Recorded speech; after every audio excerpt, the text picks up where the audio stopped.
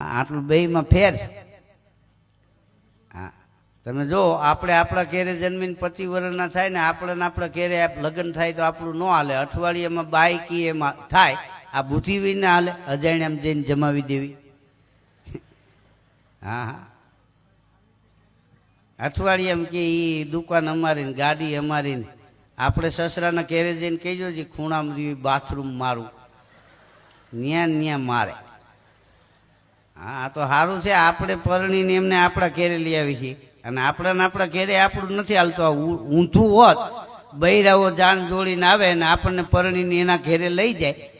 હા, તો શું થાત? વિદાય વખતે બાપ દીકરો કેવા માંડવામાં ગળે બથું ભરીને રોતા હોત, એ બાપા જલ્દી વાહિણ્યું મોકલજો. અને સવારે નવેડામાં લુગડા ધોતા હોય, ધોકો મારે બીડી ઠરી જાય.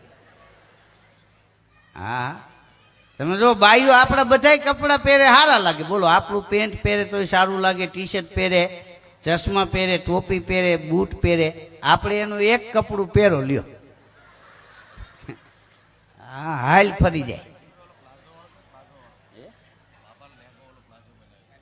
હા, કીર્તિદાન ભાઈની ફરમાઈશ છે, એ કહી દો.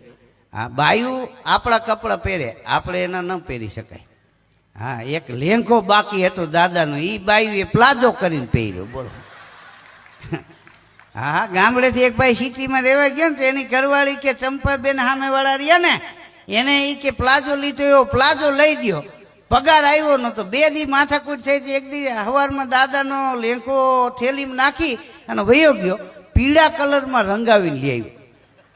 તે વહુ પ્લાઝો પહેરીને આટા મારે, દાદા લેંઘો ગોતે. હા, વહુ સામું જોવે કે આ ફિટિંગ જ મારા લેંઘા જેવું છે, પણ આવો કલર નહોતો. 3 દી ગોઈતો. એના દીકરાએ કીધું, હું ગોતો છો? એ કે લેંઘો નથી જળતો. કે એ નહીં જળે, કેમ કે આ હોવે પ્લાઝો પહેર્યો ને તમારો લેંઘો જ છે. હા, એક બાપા ગામડે માંડવા નીચે ફળિયામાં ખાટલો નાખીને ઉનાળામાં સૂતા હતા. બંડી ટીંગાતી હતી ખાટલાના પાયે. 3 વાગે દિવસના જાગ્યા ને બંડી નહીં, ગોતવા માંડ્યા. આ તો મને ચા દે. બોલો. ના ના, પણ એમાં હું આમાં હબળકા આમાં સંભળાય.